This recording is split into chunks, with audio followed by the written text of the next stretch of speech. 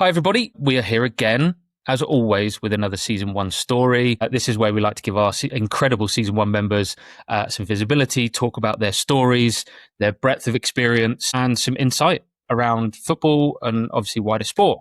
So in this episode, we have the wonderful Rajes. Rajes, how are you? Good, how are you? Very well. We've just been talking about how hot it is, and I'm keeping all the sound out, so I'm trying to hide the perspiration. But we're all good. Yeah, let's dive straight in. Give for everybody who's watching and listening. Tell us a little bit about you and kind of what got you here to talk with me at Season 1. Cool. It's a long story. Let me condense it as quick as I can. I'm originally from Singapore. My parents are from India.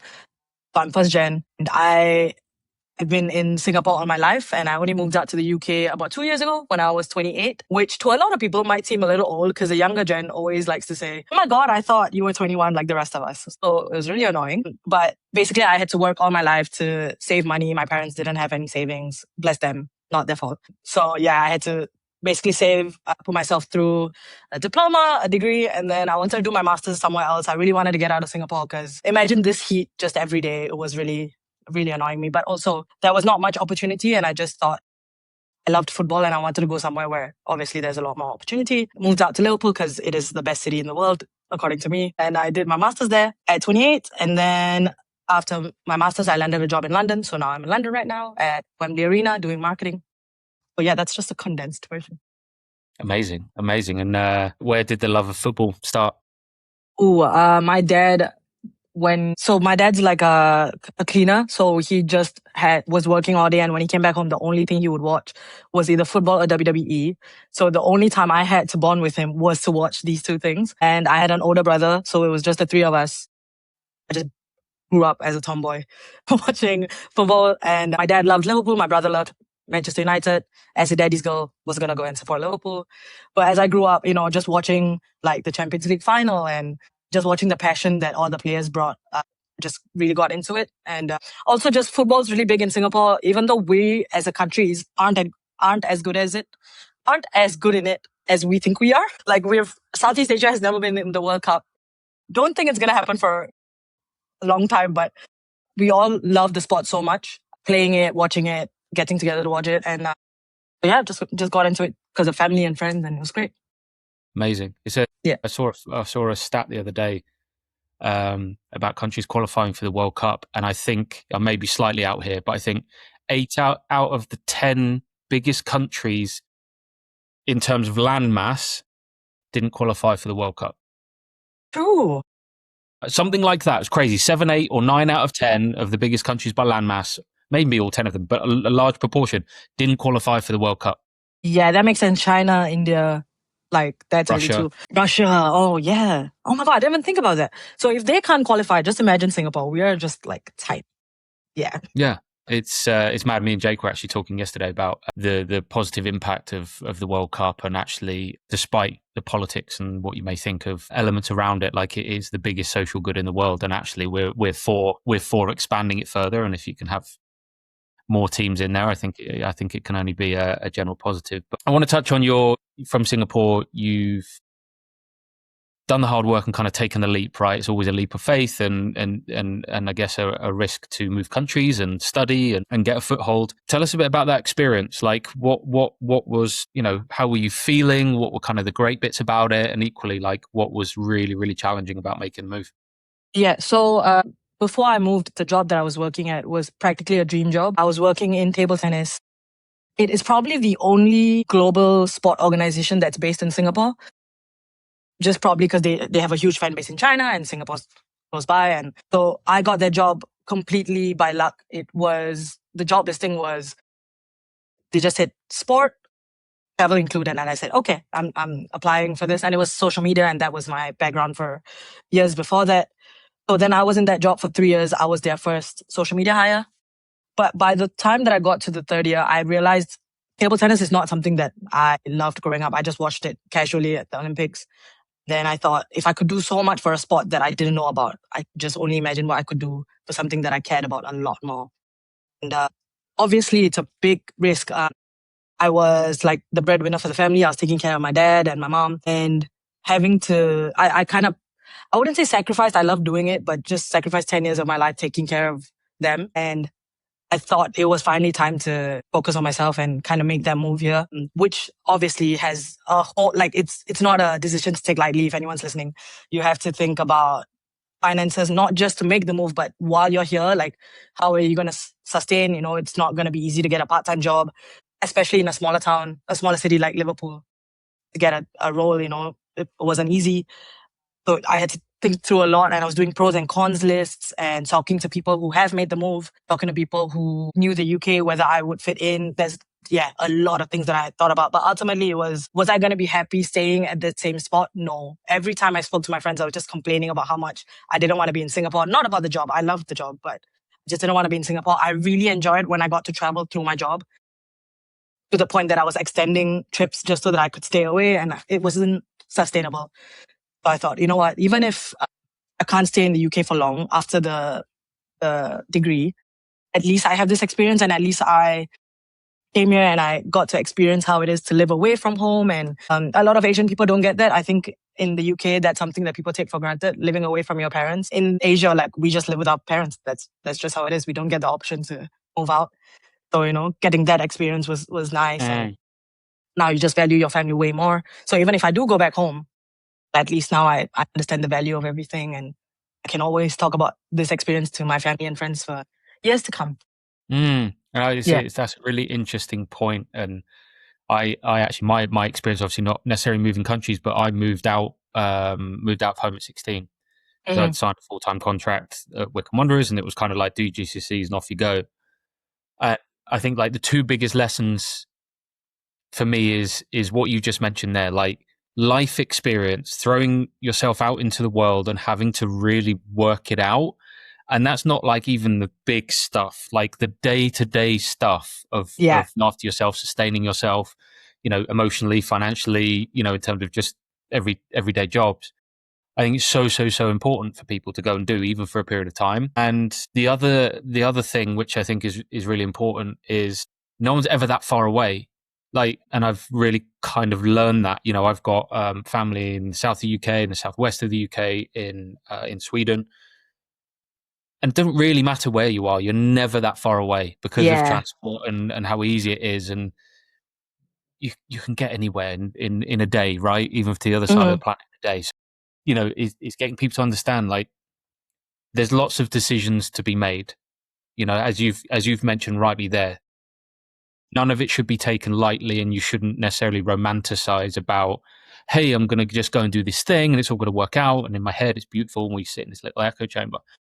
There's lots to work out. And I think, like, understanding the why, you know, for you, you've got a really strong why, which is amazing. But then really understanding that it's going to be hard. Like, it's going to be hard. Yeah, I think when I was speaking to a lot of people in my uni who were clearly just fresh out of their country's uni, you know, like they came here for masters at 23, 22. And to them, it's just, oh, okay, I decided to go and study. My parents are okay with me coming to study.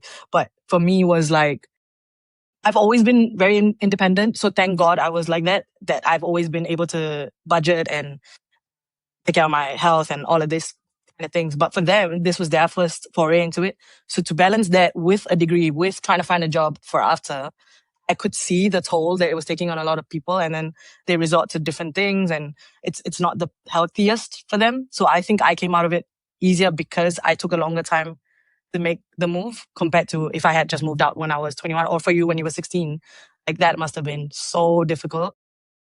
Do you know what? It wasn't. I think the advantage for me, I was full of naivety, right? Still a kid. Yeah.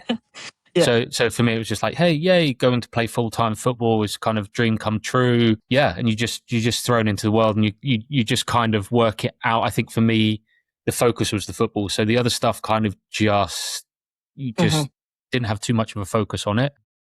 But there's just such valuable lessons. And, like, I think it really, if you get my take and advice, I'm sure you'll probably share that, if you get the opportunity to do it and travel and have a stint somewhere else, not easy, but probably one of the most rewarding things you'll do. However long that is, 6 months, a year, 3 years, ends up being your thing. Do it. because it Yeah. will teach you so many things that no course and like kind of staying safe at home will teach you. So yeah, it's really, really interesting. What's been the biggest challenge with the move? I think so I didn't know anyone when I moved here, as in I had no family here, no friends here beforehand. And the Singaporean community here is very tiny. I think in London it's pretty okay, but in Liverpool I didn't know anyone. Thankfully, I didn't have like a language barrier that a lot of people might have had.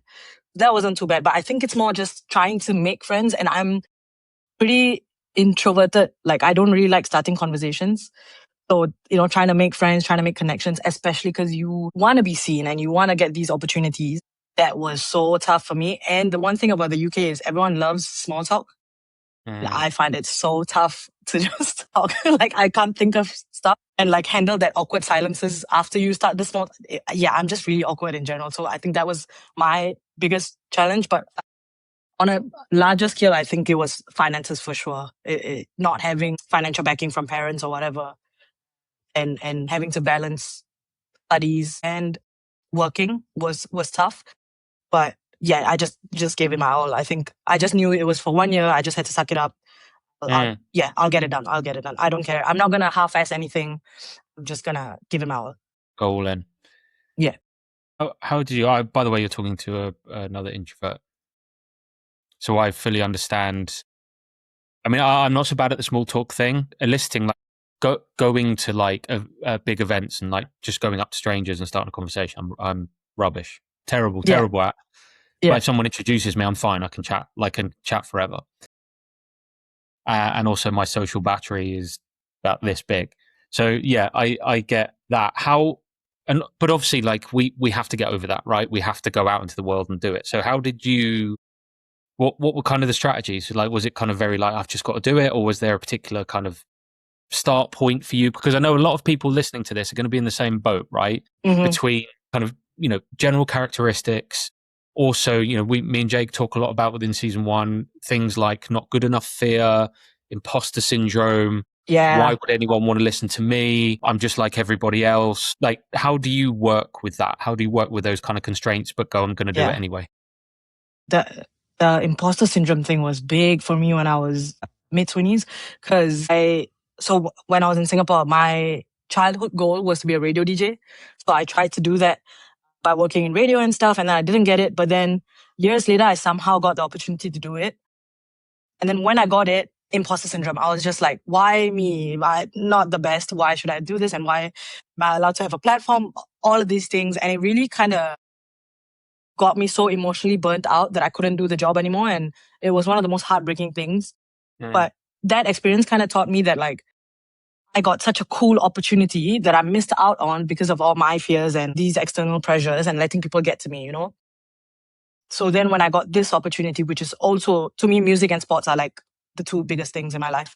So I was like, okay, I'm going to the city that I never even thought I would see in my life. When I'm watching it on TV, I'm like, I don't even know where that is. I don't know how far that is. I have no clue. I just know I love the people and the team.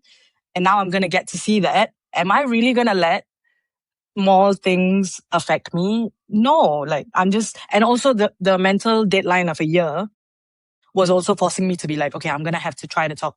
Obviously, it's not 100%. Obviously, there was moments that there were events that I signed up to that I was like, okay, I'm not going to do it. I can't. I'm too shy now. And then after not going, I'll see pictures and be like, oh, wish I went for that. So it's kind of, it was a process. And then now that I moved to London, there's just way too many events here that whenever I have time, I just sign up to something random and go for it. And it started with something that I would like, for example, board games. Going to somewhere where you're not expected to speak to people, but you just have to play games with them. And then you play, and then, you slowly start talking about the game. And then, oh, where are you from? Where are you from? Just something that makes you feel comfortable. That's, I think, how I got into it. And I think you said this during the creator event, that everyone in the room also hates networking. And I said like a really great way to kind of frame it, which actually could be really handy for people. And sometimes I check myself with the same thing, is we often compare our insides with other people's outsides. So like I may be feeling anxious and a bit reticent to want to talk. And then I'll go, oh, but that person looks really confident and like open. And so you're not, but probably inside they're feeling the same thing. So we're making false comparisons when we dive in and observe. We're observing what's outward. We can't observe obviously what's inward unless someone's happy to be vulnerable and open about how they are. And you're right. Like, I think context is the other thing. A perspective is going like, what is the opportunity cost of not doing this thing, not going to this event? Yeah, and like when you versus doing it. when you said that, it really like it's been in my head since then. By the way, it makes so much sense that everyone's feeling the same way, and everyone thinks I'm an extrovert, and then it made me realize that it's just everyone's gonna think everyone's confident, but you're internally just dying, and they're internally just dying. So just kind of break that barrier, and I find it easier to start with topics about like football. So for example, I'd be like, "Oh, what's your team?" And then I'd be like, "Oh, I'm Liverpool. Oh, I have a tattoo." And then that starts the ball rolling. And so it's I guess picking up what you think is your topic and what's easy for you to speak about. Here, everyone loves the weather, but I don't know what much else to say, so I don't try to go there.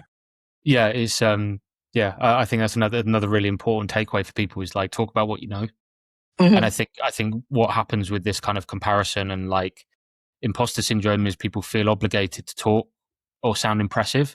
And we're seeing this, right? We're seeing this outwardly across like social media, LinkedIn especially. People now have the tools, AI, and they have the ability in their head to feel like they can sound impressive. They can talk about right about a certain topic, and they'll sound impressive, and people will like that and connect with them. But obviously, what we're seeing now is the complete opposite.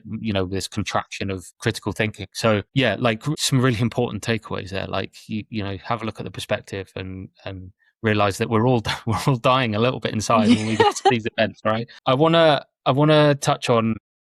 You've given us kind of a snapshot of some of the experiences. You mentioned the table tennis and some other things. Like you've done between obviously the studying and the jobs you've had and the internships, you've like got an incredible breadth of experiences, different industries. You mentioned there obviously radio, sport, different sports. And they kind of range from internships, unpaid, volunteer through to obviously, the paid roles. How are kind of, going for those different things across different industries? How has that helped? We've probably touched on it, but how does that help shape you as a person and also like how you work with others? Yeah, it's very interesting. So since I was 17, I've been working, and I only had a retail job for 6 months. But ever since that, it was always something to do with media because I knew I wanted to do something with media. I didn't know I wanted to do social media. Even marketing, I didn't know. I just knew I wanted to do radio or like something to do with radio.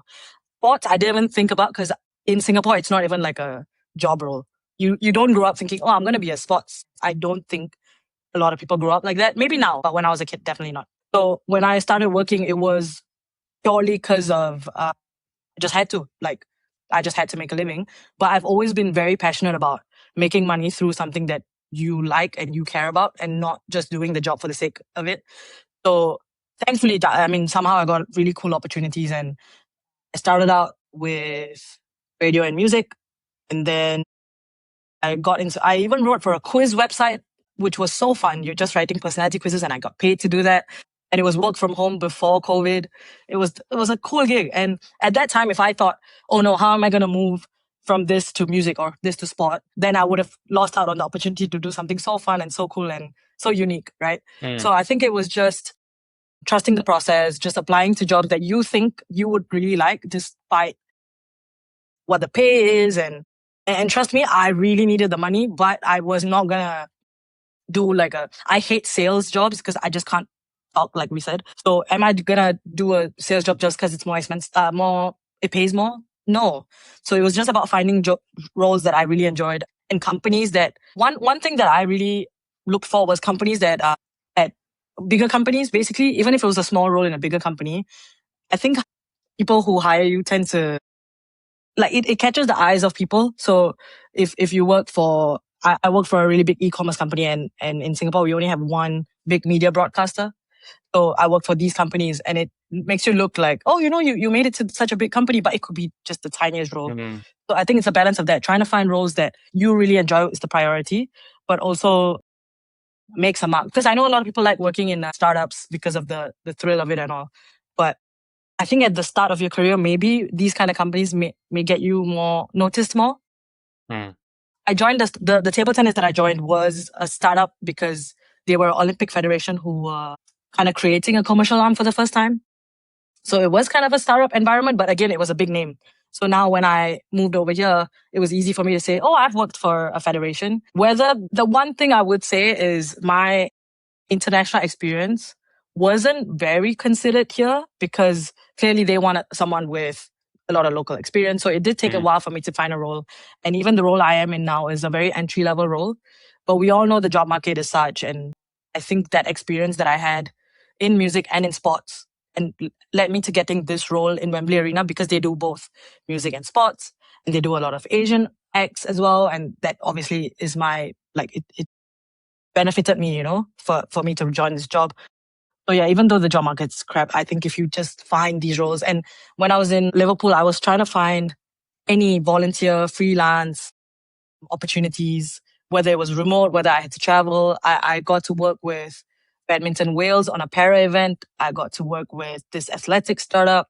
And it's just me. I was obsessed with LinkedIn. I was just scrolling and scrolling and applying to everything that I could find. Even in London, even though I have a full-time job, I'm still trying to find freelance stuff that would increase my experience. It doesn't matter how old I am. It doesn't matter if I'm freshy or not. I just did a freelance stint with Tough Mudders, like Spartan, do content with them. And it was so cool. Like I've never been to an event. So I'm still learning something new, and doesn't matter that you have a full-time job, if you can do it on the weekends, it just increases your experience, doesn't it? Yeah, 100%. I think some things that we talk about a lot on season one is, and you've encapsulated in kind of a real world example here, is this differentiation of expertise and experience, right? Mm. To get a role somewhere, the perception is, when they say you've got to have experience of X, Y, and Z, unless it's super, super, super, super specific, what they're essentially saying is we need expertise in. And people who have had, like yourself, not necessarily a linear path in one particular vertical or niche, often find it difficult to kind of find that narrative and go kind of, what am I great at? What can I take from here, here, and here that transfers into here? And we did a great season one session with Anna Edwards, who does like executive recruitment in sport, and she coined it really, really nicely and kind of said you need to bring as much of that. And if you're early on, go and gain expertise. And you've said it there, like if something kind of piques your interest, go for it. If it's a volunteer or it's internship or it's not necessarily about the romantic kind of linear path, which doesn't exist on the same scale as it did even a few years ago. What can you take in the meantime that's going to allow you to kind of put on your CV or put in your body of work that I've done this and I can communicate that to you? Then obviously that leads towards, a little more experience in an actual, workplace. And, you mentioned again there, the other thing around the jobs market, the challenges. I put a YouTube out yesterday just about why it's so bad at the minute, why it's so challenging for people. And I think people are so focused on AI, right? They're so focused on the AI subject of going, AI is going to take my job. If I could just tell it to off, then, and they kind of use that as the sole reason why things are so challenging. And actually, there's a lot of kind of interconnected elements to why it's so bad. Yes, AI, from the sense that from the top down, everybody, every company, federation, organization, club, brand are having the conversation about how they integrate AI into their workflows, their processes, their people, their generation of assets and writing and things, one or some of those things. But there's an uncertainty over where this thing goes. Like we don't know for so many reasons, and it's an entire video on itself. So there's that uncertainty top to bottom. Is headcount going to go? Is it going to increase? Is it going to be shifted? We don't know. So there's that uncertainty. Then you've got, because of that uncertainty, you've got all of the mid and or more of the mid and mid senior level employees not leaving their jobs. So their tenure in a job is increasing. So that means then the people in junior roles aren't moving up, right, in that linear fashion. Because of this, the average tenure for a junior level job is like 1.1 years. So a year essentially, right? Oh. And because of that, companies now are investing less in training, jobs and opportunities for young people. So all of this is a cascade of things, right? Built from this kind of uncertainty. And to your point there about gaining expertise, and we said it earlier in the call about being multi-skilled and adaptable and resilient, there are plenty of opportunities out there, but there's less opportunities in the linear fashion. So many people really want to grab hold of. People like myself, I've not had a linear career, but a lot more people of my age, are kind of on that course, right? And they occupy the mid positions that we speak about. So like for me, the you're giving a real world example here of like the importance of breadth of skill and experience and expertise. Go and try things, go and learn some lessons and be able to articulate that. Super, super important. By doing that, you start to create your points of difference. And then the really important thing then when you bring those together is how do you talk about it? How do you create your narrative? And something that I mention all the time, and back in my fitness days, I was very lucky to have a great career in that industry. And I used to work on mentoring and recruiting trainers for one of the best companies in the world. And the question was always like, why are you different? And it seems like a really flippant, easy question to answer, but we'd get met with the same answers, right? I can do X nutrition, I can do Y, and I care about results. And it's like, yeah, but so do I, and I'm probably better at it than you are. And there'll be someone better at it than I am. So actually, why are you different? And it's those things kind of going, what's my expertise and my experiences and who I am, which is a big part of what we do at season 1. And how can we communicate that through different mediums, right? Visual, CV, social media, writing, and really creating that body of work out into the world that when an opportunity comes up, and you'll probably have more experience than me, but a lot of these companies now are looking at LinkedIn's and they're looking at social medias, and that's kind of your sales page. It's like, who is this person? So if you're able to kind of narrate all of those things you've talked about really well, then, there's no guarantee, but you're going to place yourself much higher. You just don't know who's looking at your stuff anymore. Like, you just don't know where you're going to get an opportunity from next. I had to create my own Instagram account just for sports after I moved here because I realized, well, I have a portfolio page, but I don't think they're looking at it. So maybe I need to try a different angle. And then, try to create my own.